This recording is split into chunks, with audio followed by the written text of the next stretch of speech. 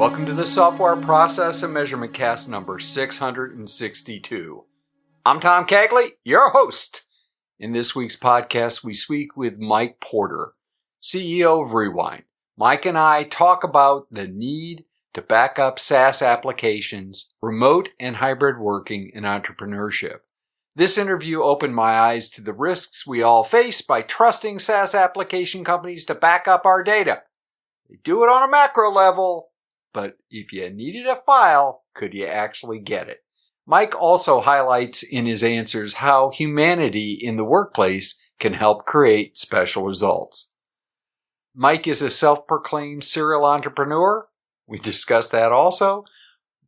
He is the co-founder of Rewind, a company that backs up and protects SaaS data. While studying mechanical engineering at McMaster University, Mike began his startup career as the founder of InTheHack.com, one of the most popular sporting websites in Canada.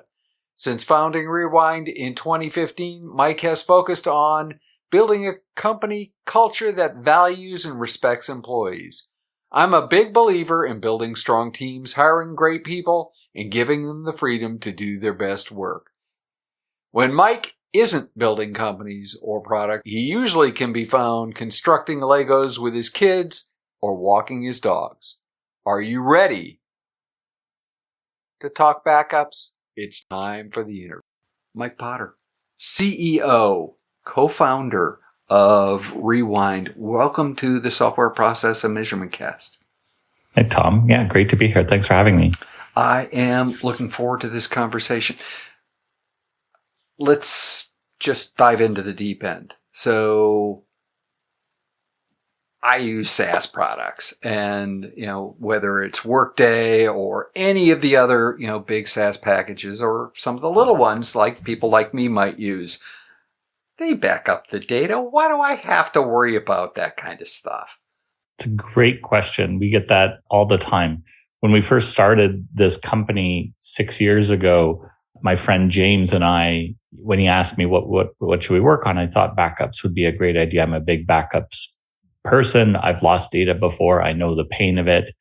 And I thought it would be, a great business to start with. And so when I suggested backups, his immediate question was like, well, what do you want to back up?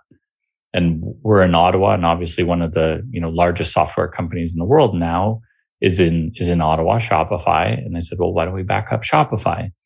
And he looked at me and he said, that's the stupidest idea I've ever heard of. Why would anyone need to back up Shopify? It's SaaS. It's in the cloud. That's why people go to the cloud.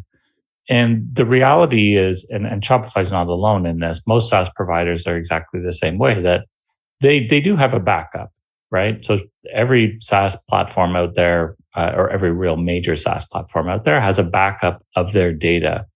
But that backup is designed as a massive disaster recovery tool, not an individual account recovery tool, meaning if a fire happens in the data center, if a meteorite hits the data center, if something, virus goes through the data center, they can absolutely recover the entire system the way it was. But if something happens to just your account, you accidentally delete a product, you've installed a third-party app integration that causes some problems, a business relationship's gone bad. We were chatting earlier, a cat jumps on your keyboard and messes up your data. Their backup is not useful for those types of disasters. You are responsible for your data in the cloud, just the same way that you're responsible for your data when it's located on your machine. And you should have a backup in order to properly protect your business.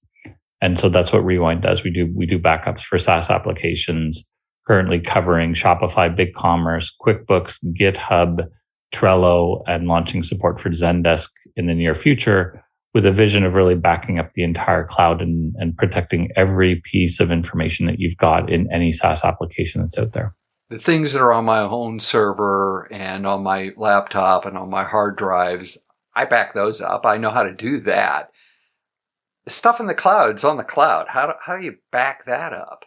Yeah, it's tough, right? Because you don't have, like you sort of alluded to, you don't have direct access to the information like you would to back up a file on your own computer, on your own server, etc. So we go through the APIs for those applications. And so we go through the APIs And using the API integration, we download your data to what we call the Rewind Vault, which is a system we've developed that's in the cloud. And we copy the data from their system into this Rewind Vault that we've created. Each item is tracked on its own at an individual level. So it's not snapshot-based backup. It's modeled more after Time Machine. So it does a full backup immediately and then incremental backups from then on. And it's tracking when things are changing in your account, allowing you to restore back to, one thing the way it was, a group of things the way it was, or your whole account the way it was 5 days ago, 5 weeks ago, a year ago, depends on, how long you've had Rewind installed. But as soon as you've installed that product, we can rewind your account back to the way it was, before a problem happens. Is the world of the cloud more or less dangerous today than it was 5 years ago? I think it's an interesting question. More or less dangerous. I think there's risks on any platform that you're on, and there's benefits to every platform that you're on, and you just have to recognize both to determine whether or not the platform or the tool that you're using is risky. Whether it's more risky now than it was 5 years ago, I think it's certainly up for debate. I mean, there's certainly a lot of cyber attacks going on at the moment with some fairly high profile companies. But, there's been attacks on local machines as well in the previous 5 years. So I'm not sure if it's more or less insecure. I think the biggest misunderstanding is that people think that because something is in the cloud, that it's automatically protected. And that perception is changing. And it is people are definitely more aware of the risks of their data in the cloud today than they were 5 years ago. But again, there's still this pervasive thought that if it's in the cloud, it's protected. I don't need to worry about it. That's why I went into the cloud. And that perception is obviously incorrect and is definitely changing towards, I now understand that my data no longer on my hard drive, but in these systems that are in the cloud, that still doesn't make me not responsible for backing it up. I still need to make sure that data is protected, whether that's through, making sure I'm using unique passwords to access it, turning on things like two-factor authentication, making sure that people have the minimum access rights to that data, then, also backing it up just in case something happens. You say that the perception is changing. What's changing that perception in terms of making people understand that they need to back it up themselves or get it backed up somehow? There's a bunch of companies in this industry that are doing quite well and, launched products in the last 5 years that didn't exist before then. So we've launched products to back up Shopify, BigCommerce, QuickBooks, GitHub, etc. There's a company called Own Backup that's done backups for Salesforce.com. Many providers are doing backups for Google Docs and Office 365 and Salesforce.com. And as time goes on, customers of those platforms encounter problems, and they talk in their networks and they let people know that, this just happened to me. I didn't know that this is what would happen. We've been around, like I said, for 6 years doing backups for Shopify. There's about 850 5-star reviews that you can read in the Shopify App Store. And a lot of them talk about the misunderstanding that they had around what happens when something in their store is deleted.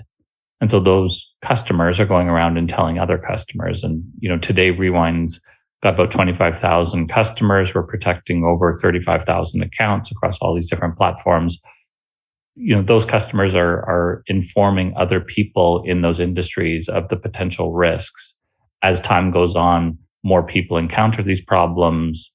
If they've got the solution, it's just sort of a snowball effect of driving up awareness that, this is a real thing. So what got you to the point where you were having this conversation with your friend James and you decided to create Rewind? Yeah, so I've lost data before. I spent 6 years at Adobe as a technical evangelist.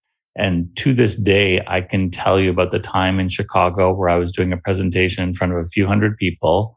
I went to advance my slides and my computer froze. There was, slides didn't work. I'm like, that's weird. That doesn't really happen normally when I'm just using PowerPoint.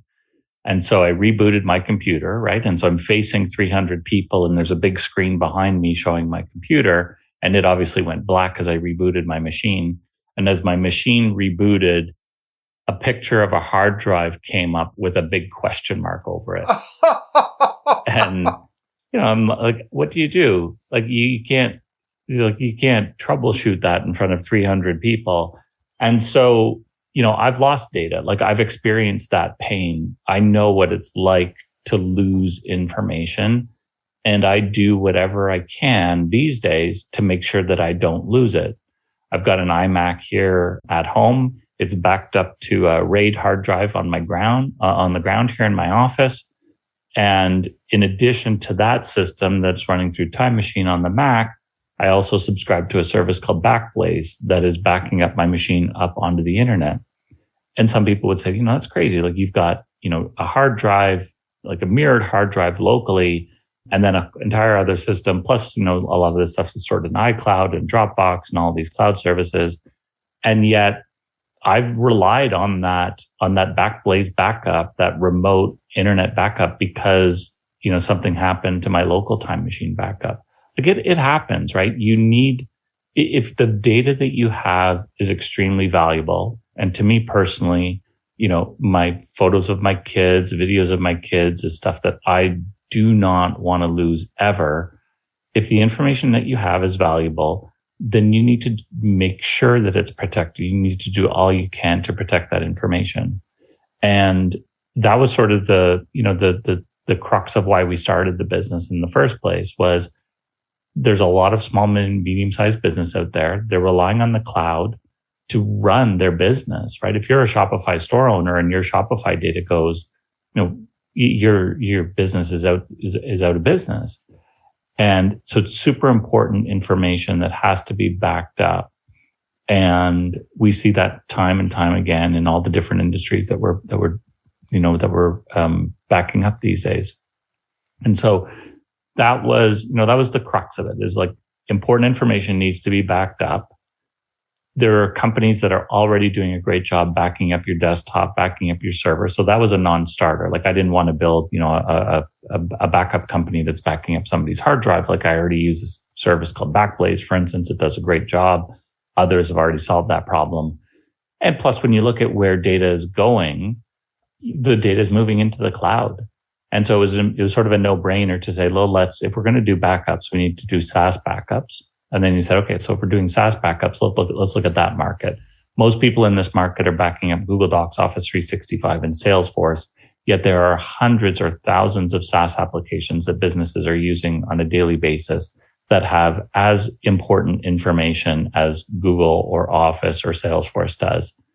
So if all the competition is there, let's focus on where the competition isn't, and let's make sure that data is protected.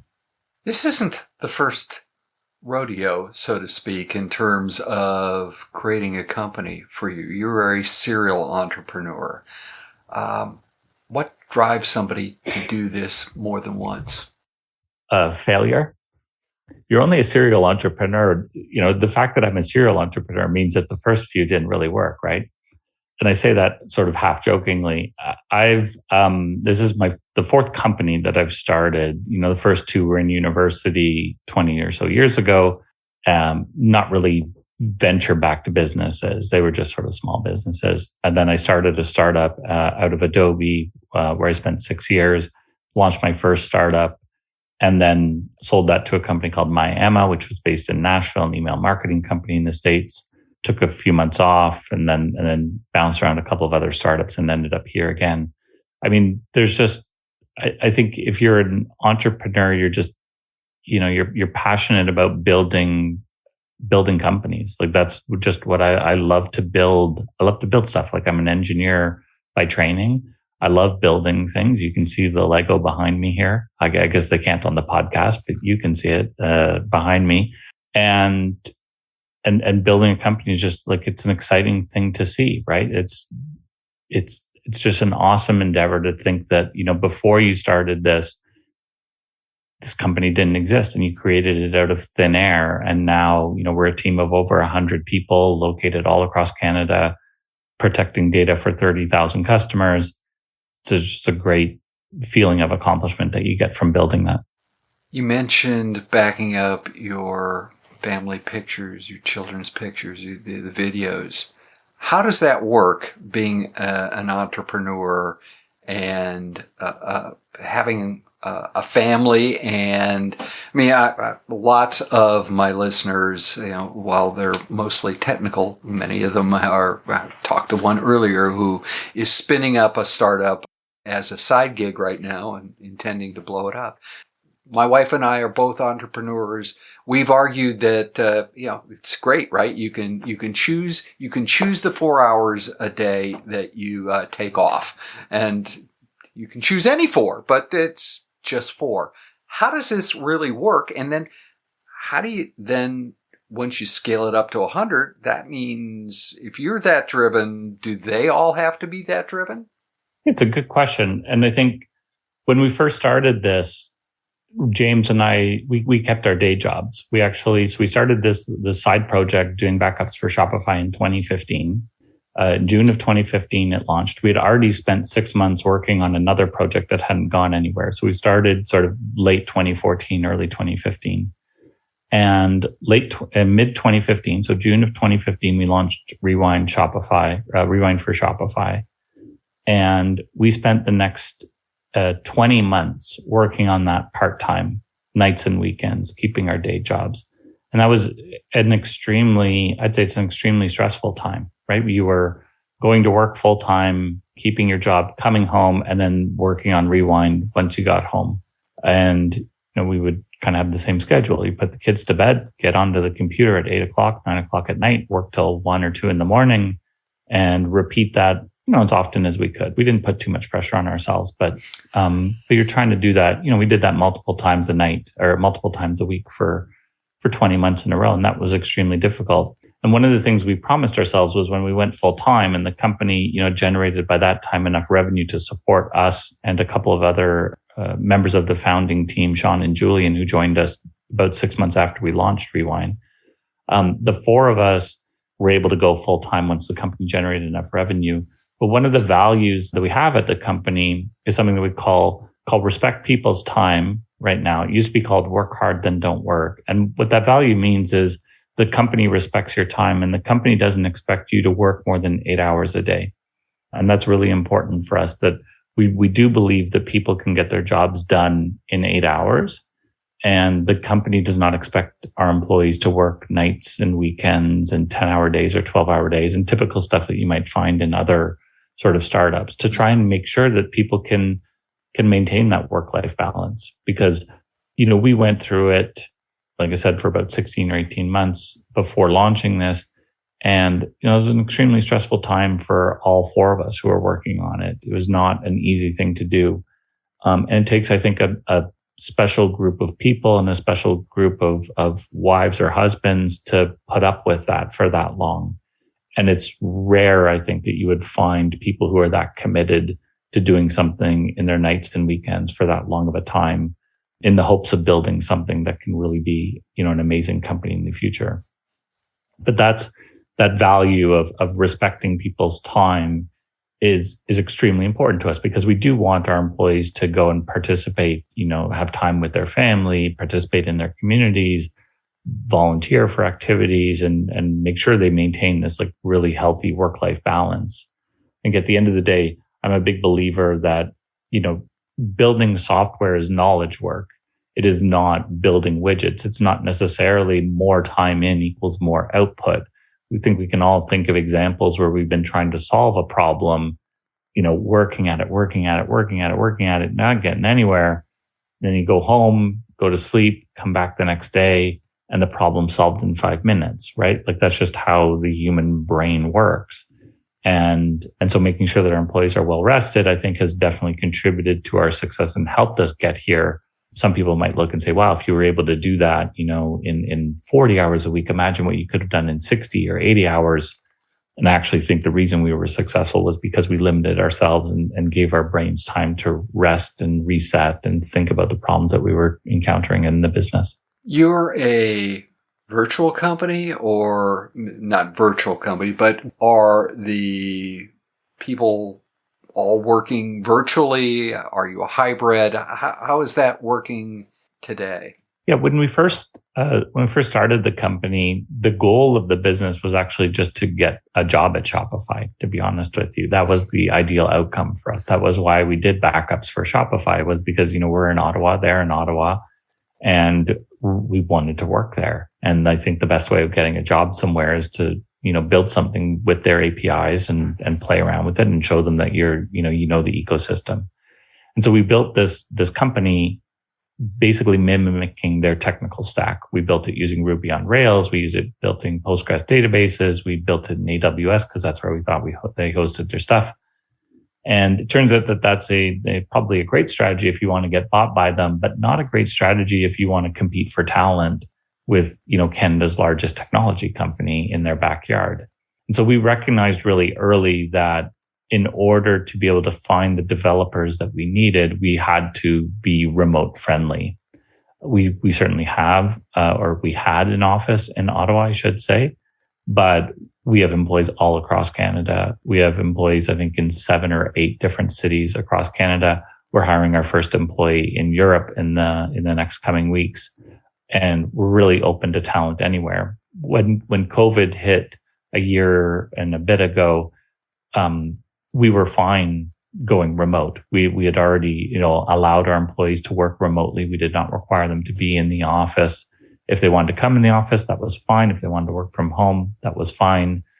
When COVID hit, we ended up shutting the office down. We haven't been in the office since last March, but we are planning to go back to an office in September of this year, hopefully, and get back together in person.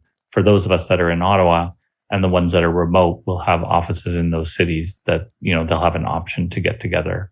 But I don't think, what we're hearing from employees is that there's not a desire to be full-time in an office. They will like the flexibility of working from home, but they don't want to be working from home all the time. They want the option. They want the option to either come into the office or work from home and have that flexibility. And that's what we intend to provide to our employees. How do you think hybrid scenarios are going to work as you become larger? And I think almost all, as companies grow, there's some inherent hierarchy starts to evolve. Are the people that are working remote going to be disadvantaged?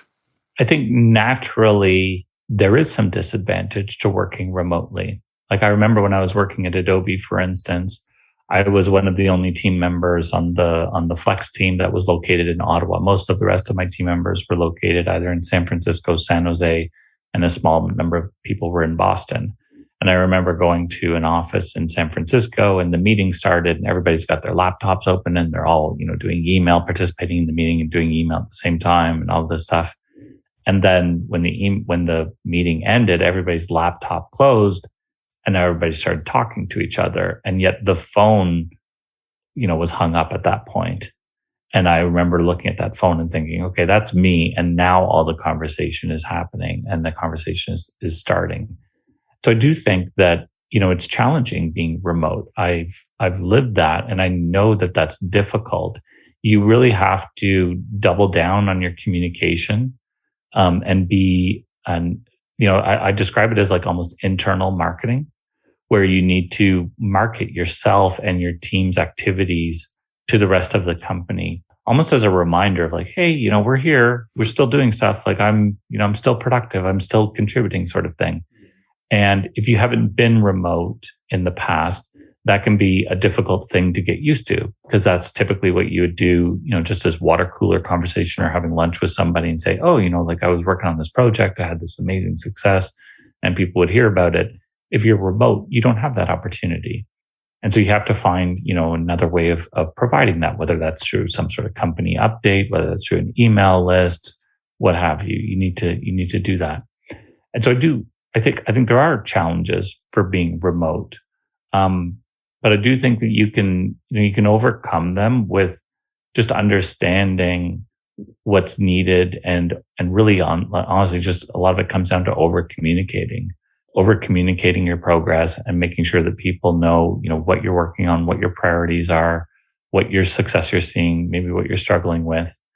The good thing about Rewind is that we have processes that we've put in place that have those updates being sent to the entire company on a weekly basis. So obviously, in the software world, developers do daily stand-ups. We do those daily stand-ups in Slack, or some companies do daily stand-ups. We do them in Slack.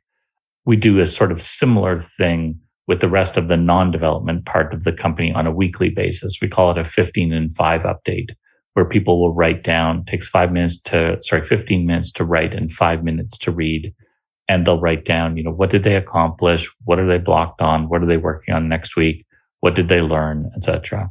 And that gets posted to an internal system. We use a tool called Basecamp from the guys at 37 Signals. And those updates get posted into various groups, and you can subscribe to them and you can read them and you can see what other people are working on. So there's some processes that we've already developed that, encourage or help us in being remote because we're not able to talk to each other on a regular basis. And that, those processes have certainly come in handy as everybody's been remote since last March. Wicked. That's fantastic. Before we wrap, in terms of backing up the SaaS data, what's next? Is this, just expand the number of SaaS entries, or are there other products that you foresee having to tackle to in essence become safer in the cloud? I think we certainly thought Rewind's mission is to help protect businesses. And the current mission that we have is we protect businesses by backing up their cloud data. But the core value that we want to bring is protection. So we have thought about how can we expand protection beyond backups, right? And we've partnered with 1Password, for instance, to offer a discounted version of 1Password to our customers because we think it's important that they use unique passwords and random passwords on all of their logins, and two-factor authentication. We've written a lot of articles around, the 5 steps to secure your online accounts using things like 2FA and unique passwords, but also making sure that you vet applications before you install them or authorize them to have access to your data, doing things like minimal user permissions when you're adding people onto your accounts, just trying to educate the market around security best practices, stuff that, I think a lot of technical people sort of take for granted that small, medium-sized business owners would know the same thing. We've done a lot of work, I think, to educate the market around the best practices there. But we see a lot of value in the data that we're backing up. I think we would love to start to extract some of the value that's coming from there. We see data and how it's changing over time, for instance, and being able to provide customers with trends or reporting around that. We're also actively monitoring these applications that we're backing up. So things like alerting customers when we detect abnormalities in their data, whether somebody's gone in and deleted a whole bunch of things from your online account, or the data that's been changed isn't something that pattern that we typically see. Those are sort of applications related to the backups that we see are certainly expansion opportunities for us moving forward. But our major focus right now is just on trying to back up as much of the cloud as possible.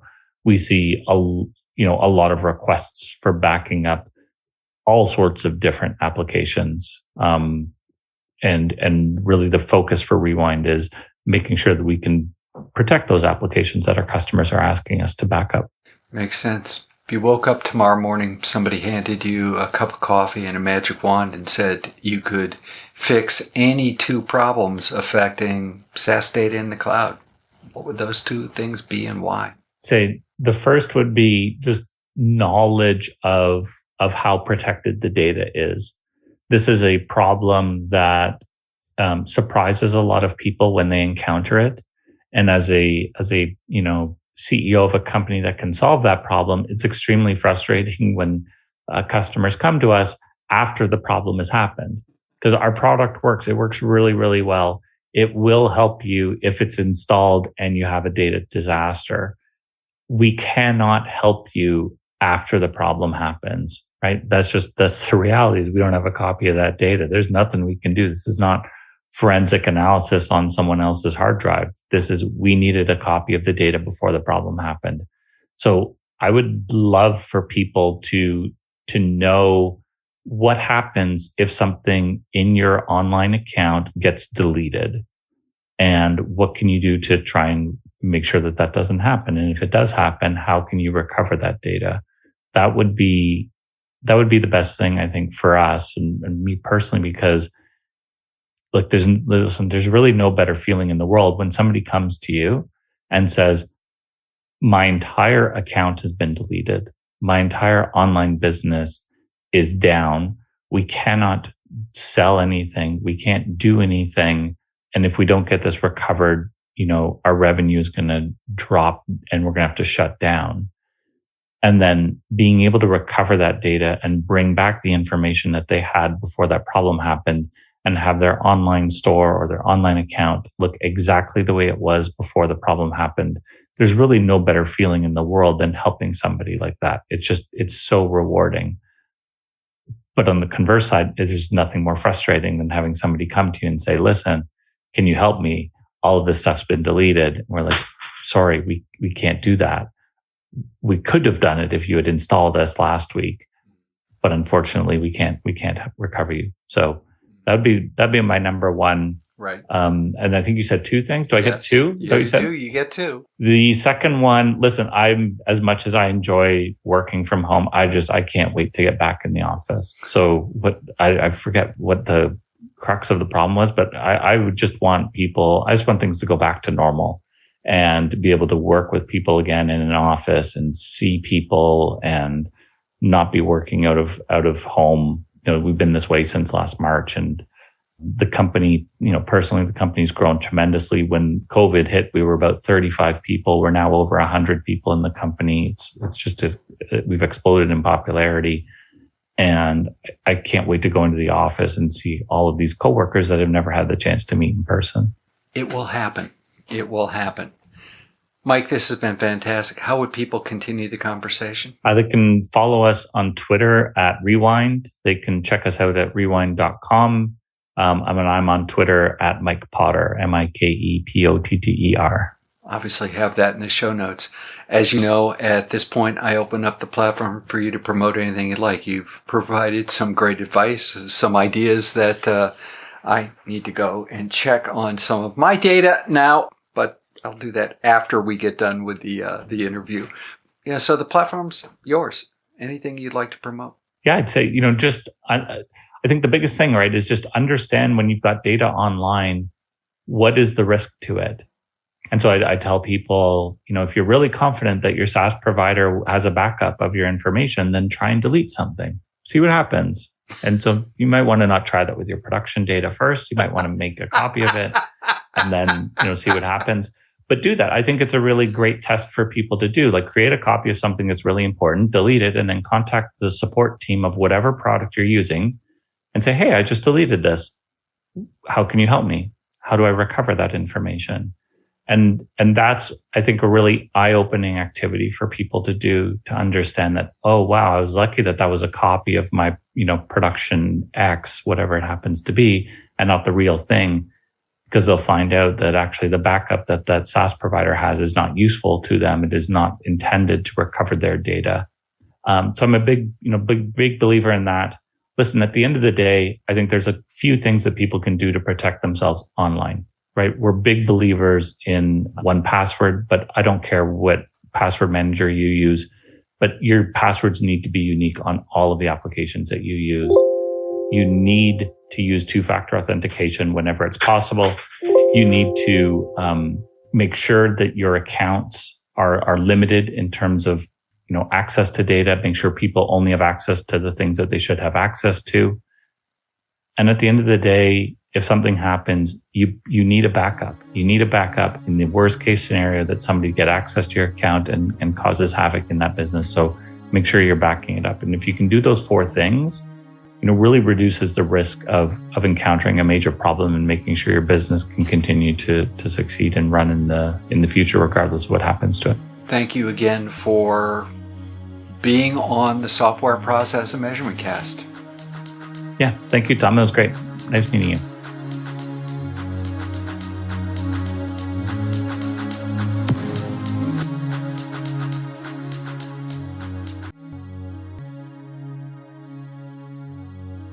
In upcoming events, on Friday, August 6th, which is this Friday, TMMi America will have a webinar using the TMMi Accelerates the Value of DevOps, featuring Rex Black.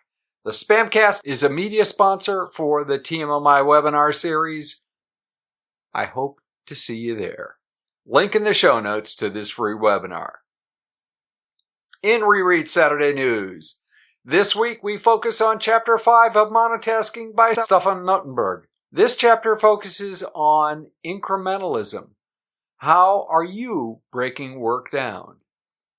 An update on my continued experiment using monotasking. This week I succeeded in turning off my interruptions. That's Slack, text, Teams, Twitter, email, and some other stuff on the side as I'm doing monotasking sessions,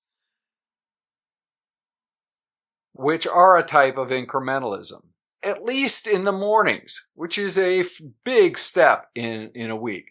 I do pop many of those apps back on briefly at the end of each panorama section to make sure that no emergencies have occurred. Afternoons are tough due to meetings and other hardscape activities. Therefore, I move as many of my focus activities earlier in the day. As a morning person, that does suit me when I can quietly time box. A list of all of the entries in the reread of monotasking can be found in the show notes. Next week, we present our essay, Spinning Deeper into the Nether Regions of Poor Prioritization. Knowing the potential issues that can occur in prioritization is the first step in fixing them. We will also have a visit from Tony Temple, who brings his To Tell a Story column to the podcast. If process improvement is a never-ending journey, why do so many people ask, are we there yet?